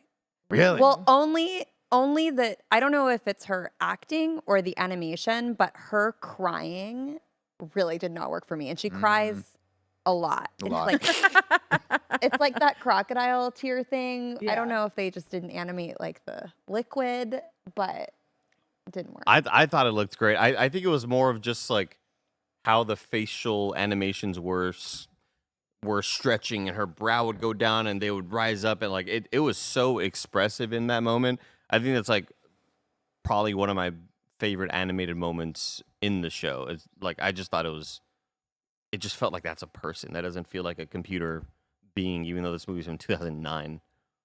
They tie Jake and Dr. Grace up as the attack ships come over the horizon. The colonel orders gas first, right through the front door, he says. But the Na'vi fire back with arrows and stand their ground, to which Quaritch answers with incendiaries. He takes that thing up about 10 notches. Moet unties Grace and Jake and says, if you are truly one of us, then help us.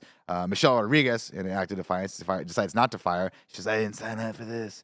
I fucking love all Playing this shit, man. It's exact- just she plays the same character in every movie. she fucking nails it, man. Like I just love this, but I love the line of like, if you're one of us, help us. Like there's like a desperation to this entire thing that leads to the Titanic moment of this movie. Like legitimately a giant thing falling over and causing a lot of problems. God bless Michelle Rodriguez. Her emotional state is always like right here. Yeah, It's but either then a little later, bit mad or kind of fun. She has fucking dope ass paint on her face true. and on her little fucking plane. Very true, very true. All that stuff is indisputable. Doesn't matter, of course. It's too late. The rest of the ships blow the hell out of the home tree, support columns, and the whole thing comes crumbling down. The Na'vi scream in horror as the burning wreckage that was her home comes crumbling down around them. Neytiri finds her father with a wooden shard through his heart. He tells her to protect the people and then dies. Jake tries to apologize, but Tiri's like, this is the wrong time for this. I just saw my father die. She's not hearing it. He says, I was a warrior who dreamed he could bring peace. Sooner or later, though, you always have to wake up. And then I write, fuck, this movie's long. Because this is the part where I start feeling it a little bit. I was like, I want a lot of cold medication. Yeah, here. that's I where might you're do like, this. oh, this movie has like a whole extra thing to Yeah, do. whole yeah, movie. Yeah. Yeah. I mean, again, 'Cause this is, like, Titanic, midway, right? 2 VHSs, right? And we always say first half was like a romance love movie, and the second half is like a horror disaster movie, yeah. And I feel like with this, it's like this moment is, I love the visuals of Pandora, which is this like super beautiful, colorful thing. All of a sudden, it's like a reverse Wizard of Oz. Like it's like black and white, burning. just ash everywhere. It's like really powerful shit. Trudy, who is Michelle Rodriguez's character. Not Letty. Yes. What's that? Her name's Trudy. It was Letty. We'll call her Letty. I, in a million years, Would not have guessed never Trudy. have guessed Trudy. I believe so. Breaks them all out of the break, and they narrowly escape while the colonel rains down fire on them. Great scene, too, because he's like, fuck it. He just walks outside. No mask, No dude. mask. He's like, Fuck yeah. holding his breath as he's just emptying clips at the helicopter. They take one of the mobile labs with them and head over to the Tree of Souls. Jake heads back into his avatar and continues to narrate despite us not needing it. No. Sometimes your whole life boils down to one insane moment, he says. And I would be like, delete. And We for don't me, need that it was stupid connecting my line. hair penis. Could in there. not disagree more. This is hype as fuck. Him fucking coming from above and getting that guy. Are you Oh, that kidding was sick me? as shit. Yeah. Yeah. And it was set up with But- the exposition. I fucking love it. It's just one of those things where you go, it's a cool moment. You know it's coming. You know what he's got to do. He's got to lead the clan. The best way to do it is we already got the exposition that her great grandfather used to ride this thing, and all the clans listened to him because he could ride this thing and connect with it. So he's like, I didn't need the exposition of sometimes your whole life boils down to one insane moment. I'm like, you've had a lot of insane moments in the last like 6 months, bro. This is just like one of them that's come by. I would have loved it if he's like, it should have been set up where like Dr. Grace was like, what are you going to do? And he goes, something insane. And then it just cuts to him over the shadow. And we're in that moment. I don't need to see. Anyway. I also love that they didn't show it. you see the setup of it. And Yeah. It's kind of like, I love that he's like, you know, I would have liked to have they seen always it. attack from above, but they never like. It was not expecting this shit. Here we go. Cut to black. Then he has it. I was like, that's fucking good. That's some good fucking shit, JC. good, dude. Either way, he gets it, and everyone Jin. bows down to him. They call him the Toruk Makto. And then Neytiri says, I see you, which they've said a bunch of times. And he's like, Hype. dope. All of it. Perfect. And then Laz Alonso agrees to fly with him, and he begs the help of Awa, who they're like, no. Our spirit god is like neutral and all this shit. She don't care. Turns out she does, Registered though. independent, yeah. Yeah, exactly. It turns out she does though. Got to pick a side. They take Dr. Grace to the Tree of Souls. If it works, Grace. Oh, because Dr. Grace got wounded. If it works, Grace will be locked into the Na'vi body forever. It's a little setup for later. Andy, could you imagine going for what we are now? We're like what 6'1", 6'2", to 10 feet overnight. That'd be pretty cool. That'd be awesome. Huh? Yeah. But it didn't work, unfortunately, and Grace dies. In her little cocoon. She's with AWA now, is what she says. Jake addresses the group with Laz translating, and this is that moment that Tim likes. I mean, legitimately, this is one of my favorite movie moments ever of all time. Yeah. Like since 2009, I remember this. This is what every year the song here is one of my most listened to tracks. It's just such a great build, and like him giving the speech, having the translation, it builds up perfectly. We see them ride out, and then the exposition kicks in, and he's just like, and we went to the Eastern Sea, and we got them from the deserts. And I'm like, this is fucking awesome, man. It says, quote, "We will send them a message. You will ride out as fast as the wind will carry you and tell all the other clans to come. You will tell them the Turok Makto is about to get into some shit." Fuck yeah, man. Still a the solid whole 40 time minutes left of this movie. And the whole time I'm like, man, he doesn't have any like uncles and aunts and cousins. So, like, he's just willing to just throw it all away and just like He's got not- nothing. He had a brother. Brother's dead. Just him. no other relatives. Like, Well, he's not married, too, so he's got a wife now. You have to imagine just some little blue kids running around because this movie jumps like 8 years yeah. since he's been in the That's it. Avatar, you know? Anyways, the whole Marvel Christmas special still 96 left day in this period. movie. This whole movie. I was interested in the stats on this one. So, according to Jake's video logs, the entire film on Pandora takes place over a 96-day period. The first log is dated May 19th, 2154, and the last is recorded on August 24th, 2154, which is Jake's new birthday. The final battle takes place on August 2154, 200 years from the date of James Cameron's birth. That seems irrelevant. Oddly specific. I'm so dumb. I heard you say that. I go, damn, 3 months, not too much. Not crazy. Not crazy. I feel like we maybe roped in with Andy's criticism of needing more like to see Jake's transition. We needed like I think of the time lapsey kind of montage from Lightyear where he comes back and like the captain and her family's like evolved. I feel Yeah. like we need something like that to Yeah, talk about time. totally agree.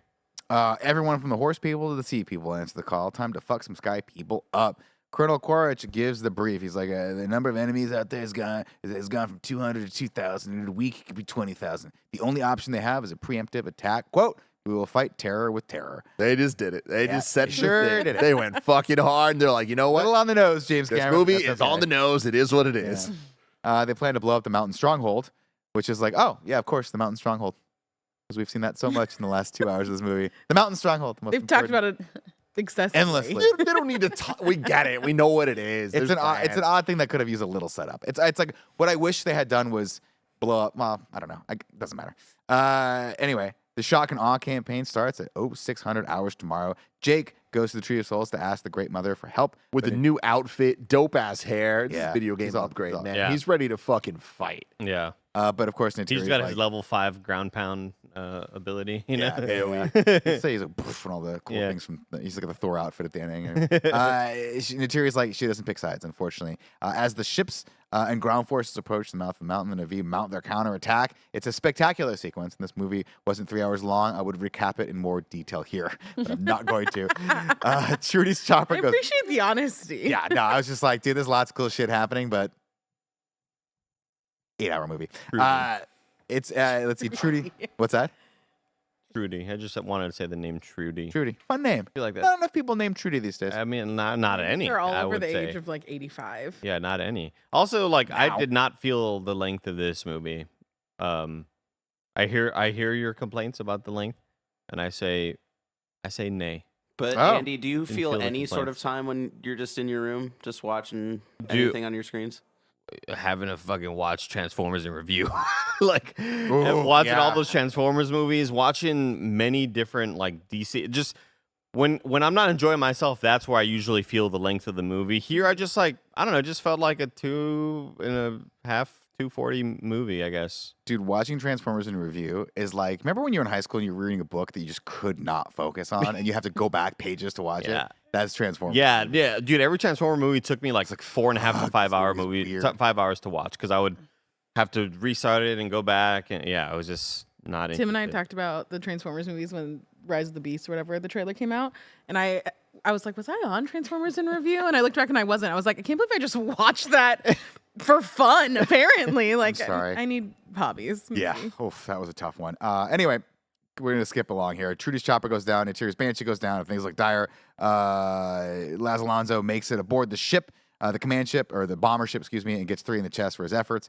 Norm gets shot and his avatar dies as JP. I wish there was a moment where maybe Trudy and one of the other soldier dudes they had like a fighting, like, I don't know, you would just get little hints of them not liking each other, and I would have loved her to be like, my ship's going down, I'm taking your bitch ass with me. Because I just felt like it was kind of lame for like her to just get shot down. Like, I Yeah. would have loved for her to actually have a sub fight like the Gina Carano one. In Fast yeah, and Furious. yeah. Like, I mean, not even necessarily anything that lengthy. I'm just saying, like, throughout the movie, get, other people talking shit to her and her having a very antagonistic relationship. And at the end, like, I mean, she's the reason why they are out. Like, she broke them out. I feel like just kind of shooting her down was kind of lame, Yeah, she could have had a hero's death for Yeah. sure. But she was like, again, Michelle Rodriguez. I'm going She was out. like, sorry, Jake. That's all you got? I'm out. Oh, okay.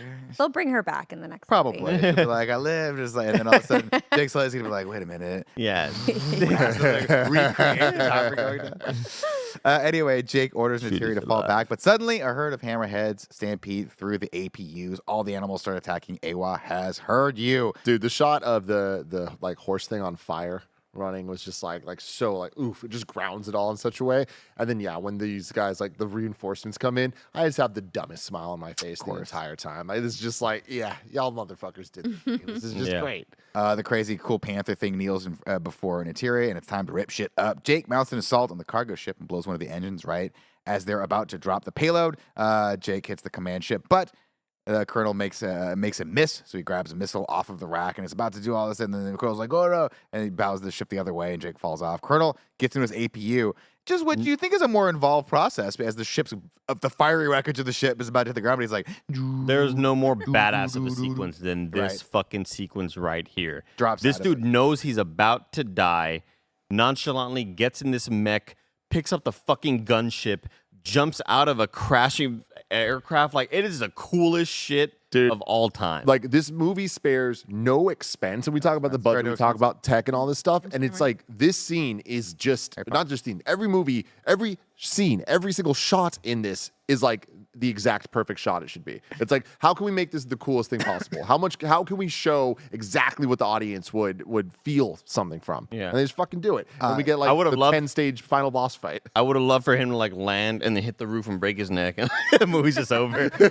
like, that's a long fall to be in a little mech thing like that. You got to get it.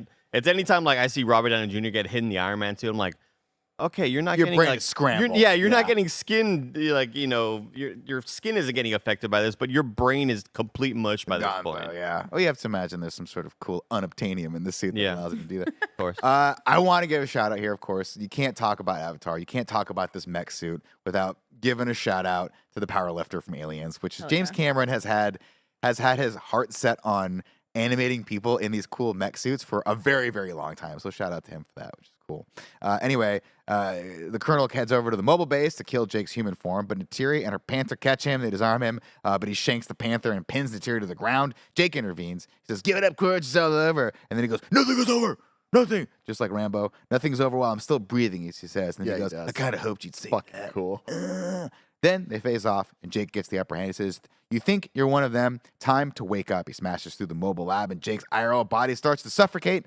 Then Natiri lands an arrow in Quadage's heart, and then a second one just for good measure. Is this also the point where like Jake like hisses at the Yeah, guy? it is. I fucking love that where it's like, How does it feel to betray your own race? yeah. He's like, no, I don't understand what that means. Yeah. Yes. But it's too late. Of course, Jake passes out. No English. And he really assimilated. She throws a mask on him and saves him, which is weird because I remember this movie ending with him almost dead, and they take him back to the tree and like plug him in, and then all he comes back to life, and he's like Avatar for real. But no, he's like, "Oh, hey, thanks." I love it. I love her looking at his human body for the first Felt time, tiny. saying, Yeah. "I see you." I'm like, "Oh, y'all made this work. God Uh-huh. damn. Y'all Yeah. made it work." The next day, Jake and Natiri supervise the humans leaving the planet. The aliens were sent back to their dying world, he says. Oh, fuck. So dope. Jake does his final vlog. He hurries and wraps it up. It's his birthday, after all, over at the Tree of Souls. Jake is transferred over to his avatar once and for all. And man, is he wearing a bad wig. Bad wig. That's terrible. And that's Avatar. And that is Avatar. Let's do a little thing I like to call Ragu Bagu. Ragu. I do not like the sound font on that one. What's up, everybody? Welcome to Rat Guys Talk Bad Guys. Here for That's usually what it is. There it is. In review. Where do we want? I mean, obviously, Stephen Lang, number Stephen one. Lang, dude. It's great. I'm What's curious. his name? What are we going to call him here? Stephen Quaritch. Quaritch. Terrible name. Quidditch. All right. Just call him the Yeah, Colonel. Call him Exactly, Colonel dude. Sanders. Quaritch definitely sounds like something from Harry Potter, even if Quidditch didn't exist. Right. Quaritch just sounds like something in Professor Quarrel. That's why. Quarrel That's and Quidditch. why. Quaritch, yeah. Quarrel, Quidditch, a lot of keywords in Harry Potter. Mm. Yeah, just awesome antagonists in this. Kind of a little cookie cutter where you're like, you're just a bad, But you're see, just a bad here's the guy thing. Colonel. This entire movie's cookie cutter, but it's like it is the best cookie ever. Like they did the thing. Yes, it is legitimately true. bad guy 101, but it's bad guy 101. This is the standard. This is how you do this shit. And we've seen so many bad versions of that Straight character up. that make I feel like Stephen Lang feel so much better. And also Stephen fucking Lang. I know, Jack. right? So you know what it is? Dude? It's like the cool hair. I already said The this. He's scar, he jacked talks about out, the scar, yeah. Where he's like, I Well, could have had it fixed. Remember, he has that line. He's like, I could have had it fixed. but, Could have made like, them it's a maybe reminder look of pretty what's out again. there. Yeah. So cool. And now ranking the Avatar movies, obviously, currently, number one is Avatar 1. I'm going to say it. I will be shocked if I think Avatar 2 is better than this one. I would I'm bet- hopeful. I'm really fucking hopeful, You wanna but take a- I should we just bet? love this movie so much. I bet $5 Avatar 2 blows this out of the water. Really? Yeah. And I'm not Whale excited for this water? at all. And I think the trailers look pretty bad, but I'm willing to bet money on James Cameron sight unseen. I'll buy. So you guys ever watch those shows where they have the storage units and it's like I'll bet $1,000 sight unseen. Storage And Wars, hell yeah. Yeah, this is a storage war moment, Tim. Yeah. Mark my words. I hope you're right. Yeah. G, what about you? Do I think 2 will be better than 1? Yeah, I do. You guys are hyping me. I agree. I I think think so too. I Let's think fucking go. yeah, but also it's mostly because of how I feel about you. We just having this cookie cutter conversation. Like, Yeah. I think this story is like very basic and very bare bones, and it's serviceable as hell. Mhm. Like, it's not inoffensive, or it's not offensive in any way where you go, "Oh, that's a fucking terrible idea." And we feel that a lot whenever we do movies on In Review. But this movie does like just enough to keep you interested in what's happening with these characters while wowing you with its special effects. From what I've just seen reviewers mention, that Way of the Water is like, yeah, it's all the spectacle, and they actually have a better story to kind of service all the visuals. I am so excited for this, dude. Like, it's been a while since I've felt this way. I guess since Endgame, but like, I've never wanted to watch a 3D movie. I want to watch this 3D movie. Yeah. You know what I Like, want? anytime, if we accidentally ever book a 3D showing, I'm like, fuck that, dude. Don't put me on the 2D. But no, like, I want to see this in 3D. I want to experience it the way the mastermind James Cameron is like. This is the best way to see it. You know. I agree. Normally, Andy, the only thing I want to say that's 3D, popcorn going into my mouth. I want to see it in 4D. You know, well, so here's my thing. We're watching in 3D next week. Cool Greg's not coming to that. I think we're gonna do 4D. So, G, if you're down to watch it again, Oh, wait. No. we'll see. If it was like half the length, maybe I'd Yeah. do twice. Yeah, that's a We'll lot of see. We'll commitment. see how you feel. Is it gonna be? It's a +3, right? Like +3 hours. Oh yeah. It's 3 Oh, hours, I'm out. 10 minutes, I think. Yeah. Let's fucking go. Cannot wait. We're going to be reviewing that next week. And it'll be our final in review of the year 2022. That's crazy to think about. Next week's our final week of content here. So make sure that you get your fill on everything. We have a very special kind of funny podcast. I don't know if we can say our guest yet. Maybe May we not? can. Maybe. I don't know. I'm We have putting a it in the schedule that's going out tomorrow. So we have a really, really, really cool guest on the Kind of Funny podcast next week. And we're going to have a banger week on everything else. But until next time, I see you.